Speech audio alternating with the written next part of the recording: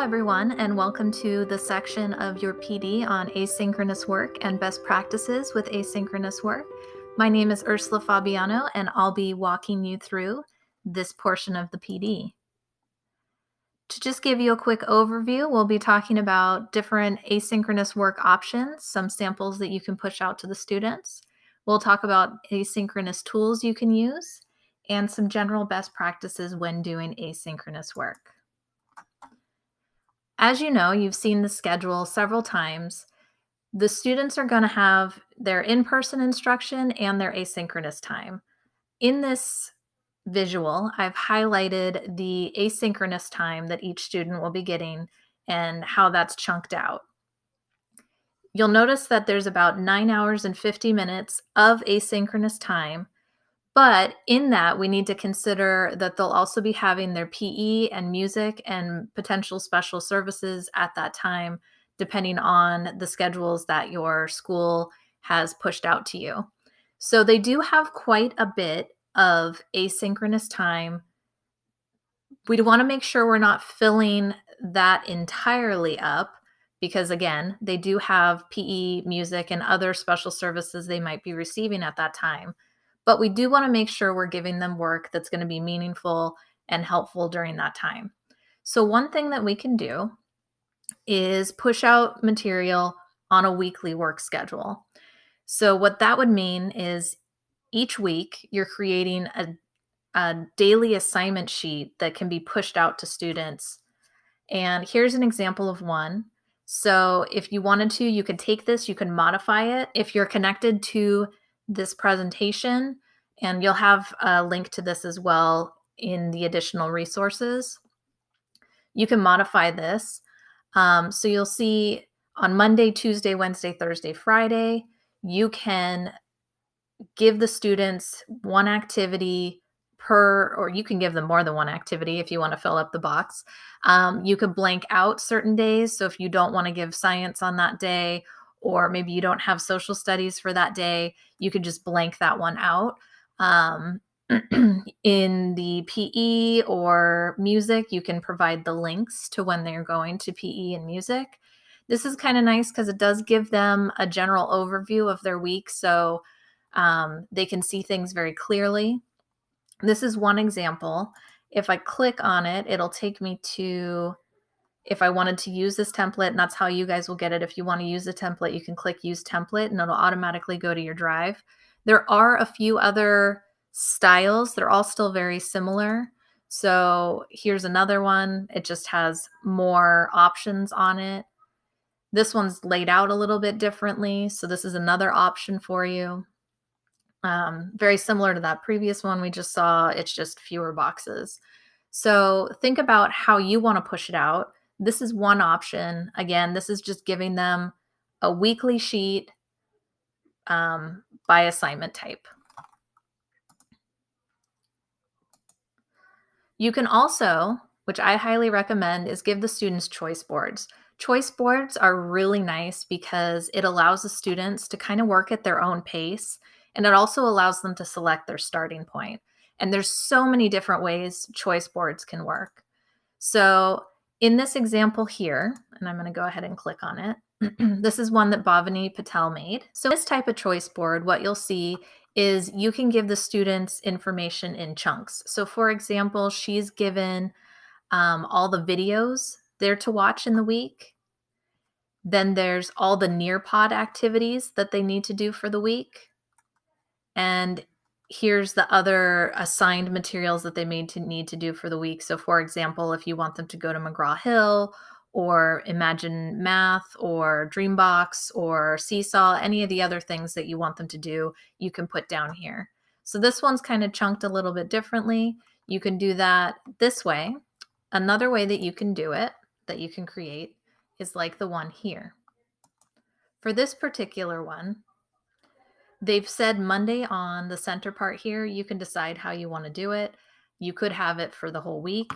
All the assignments go around, and once the students have completed an activity, they can fill in the bucket once they complete it, and then at the end of the week, you'll get to see who's completed what, and it'll be a very nice visual, And the students will also feel like they've completed something because they get to fill in the boxes. Another type of choice board that is available, I took this original one from Amanda Sandoval and I modified it a little bit. So for this, the students, we have a must do area for their choice board. So they've got to do some reading, they've got to watch some things, and they've also got to do a review activity. Once they've done all those things, then they can choose one way to show their learning. So they could create a video, a digital poster, an Instagram post, or a mind map. You can make this as detailed or as simple as you'd like, depending on how much you want to give them to read, watch, and review, and how detailed you want their work to be here. So if I click on this to give you the example, what we've done is if you decide to do the video and it doesn't show you in this particular example, but you can put all of the directions around the side of it. I'm actually going to pull this up over here so you can see it. So on the other slides, you'll see that the directions can be in the gray area. So I'm going to zoom out a little bit. Oop, too much. Just a little bit. All right, I'm going to zoom out. And so now you can see that the directions are in the gray area. So the students, once they choose which one they want to do, their directions will be there. You can include sample videos if you want to. Same thing here. If you want them to make a poster, they've got the requirements for the poster, some of examples of what makes a good poster. For the Instagram post, it'll take them to a template where they can work on their Instagram post, but they still have to do a summary right here. But you don't have to do these things. You can choose what you want to have here and push it out to the students that way. I like this one because it really does give the students a lot of choice. They have things they have to do, and then they have different ways that they can show their learning, and you can change that from week to week.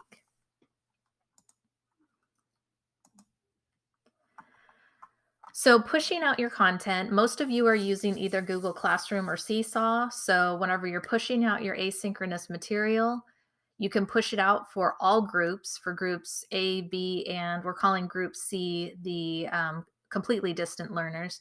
So you can push out all your material to all your groups through Google Classroom or through Seesaw, depending on which platform you use. I know some of you use Class Dojo. I know you can push some stuff out that way, but I would highly recommend sticking with Google Classroom and Seesaw just as a general place to keep your material that you're pushing out. Some of the tools that we recommend for asynchronous learning is Nearpod, and in Kathy's video, she talked about assigning the student paced material. I just want to take a step back and go to the Nearpod lessons and just kind of show you real quick. So she showed you how to go to student paced and assign from there. I do want to mention that if you click on your icon on your account information and you go to lesson settings, you may want to double check what lesson settings you have turned on for your asynchronous lessons. So, or your student paced lessons. So if you notice here, there's some things about if you want to have the students be able to see their results in student paced mode, I have that turned on. If you want students to have the collaborate boards in student paced, you may or may not want those turned on. And she had also mentioned about clicking to skip and to prevent the students from skipping. If you have this turned on, you won't have to do that switch all the time. So if you know you don't want the students to be able to skip pretty much every time, you can set that preference there and you don't have to worry about clicking that every time. And then just to show you too, if I do the student paced and I want to launch a new lesson, I can also choose how long I want that to go for. So if I don't want it to be 29 days, I can click on that little calendar and I can either make it shorter or longer. The longest you can go, I believe, is 365 days. So you could go a whole year. You probably don't need to do that right now, but if you're interested, you can. And you could also make it shorter if you don't want it to be open as long. All right, so we've got Nearpod. Flipgrid is also a great way to have students either show or explain their learning. It's also great for some SEL lessons too. Um, just once you're in Flipgrid, the discovery section has tons of already made lessons by topic and just tons of stuff for you to already pull from and use. You can also create your own. That's always top choice. But you can also go to the discovery section and gather already made lessons there. We've also got vocabulary, and students should have in their Clever, they have access to Nearpod, Flipgrid, and vocabulary. You'll notice it with the big F. Just to show you real quick, if you do assign anything in vocabulary, depending on how you've set up your classroom, you may be able to push it out directly to Google Classroom, or you may have to assign it a different way. But if I assign it, I can choose my classes depending on how I've set them up. And students will have access to any of these activities that you've shared there. If you do assign work, you can go to My Classes, and when I click on this and I go to past assignments, or I can see my assignments here, the student has completed, I have one student, they've completed one thing, I can view, and I can see how they did on each of those activities, and I can click on it and see which ones they got correct and incorrect. And so we've got vocabulary there, and Google Slides is always a great tool. If you've created a slide deck and you've got interactive activities in there for them to complete, that's always a great choice. If you're struggling using any of these tools, Nearpod, Flipgrid, Vocabulary, Google Slides, or if there's some other tool that you know that you're using, because this by no means is the only things that you have to choose from. There's tons of things out there. These are just the top ones that we know that we have in our district. So if you're having a hard time, or if you're struggling using any of these, or you're not sure about something, please reach out to your site TOSA or to TechTOSA at psusd.us. We're happy to help you. That's what we're here for. So please reach out to us if you have any questions on these tools or any other tools that you're using, and we'll help you to the best of our ability. So those are some of the tools you can use. And now let's talk about some of the general best practices for asynchronous learning. First and foremost, we want to make sure that we have concrete expectations and due dates. So making sure that the students know when and what is expected of them is going to be very important to make sure that we get back the materials that we're pushing out to the students. We also want to make sure that we have very clear directions with whatever we're sending out. If we don't have clear directions, the students aren't going to be able to complete it, and you'll probably be getting a lot of emails from parents, which will take up a lot of your time whenever you're trying to either create the material or work with your synchronous groups. So clear directions are very, very important. Also very important is to give students meaningful work. So it's going to be really easy to say like, well, I'm just going to give them some busy work to work on while I'm doing this over here. But if we don't give them meaningful work, they're going to know that it's not meaningful. They're going to have a hard time completing it because they don't feel like it's worth their time. And it's also going to be more difficult for you to feel like grading it because you're not going to see the meaning in it either. So meaningful work is going to be very important. All these things are very important. I keep saying that, but that's okay. Another one that's really important is to make sure that you're giving them feedback regularly. So if you see group A in person on Monday and Tuesday, you're not going to be seeing them at all on Thursday or Friday. So maybe Thursday during your prep time, that might be a good time, or Friday during your prep time, is to just look at some of the work that they're doing and give them a quick message to let them know that you see that they're doing their work and that either what they're doing is correct or maybe they need some feedback so they can get put on the right track. So giving meaningful feedback will keep them engaged, and it'll let them know that you're watching them and you're interested in what they're doing whenever they're not in class. Another thing that we need to do, another good best practice, is whenever we push out material to the students, we want to make sure that we're focusing on reviewing or previewing. We don't necessarily want to introduce new content. You could potentially do a video, but again, that's more like previewing. We don't want to give them anything new because they may not know how to do it. So, and we know that we don't see all the students on Monday and Tuesday. We don't want to give something new at the beginning of the week because those students on Thursday, Friday won't have that introduction to the new content. So focus on reviewing or previewing. Using interactive tools is going to be a top thing as well, because we want to make sure that the kids are engaged, and using those interactive tools is really going to help with that engagement piece. Another option is you can allow students to work in groups. I put depending on age, depends on students' maturity, really. Will they be able to work with another group? So I'm thinking more like grades 3 through 5, but second graders could probably definitely work in a group.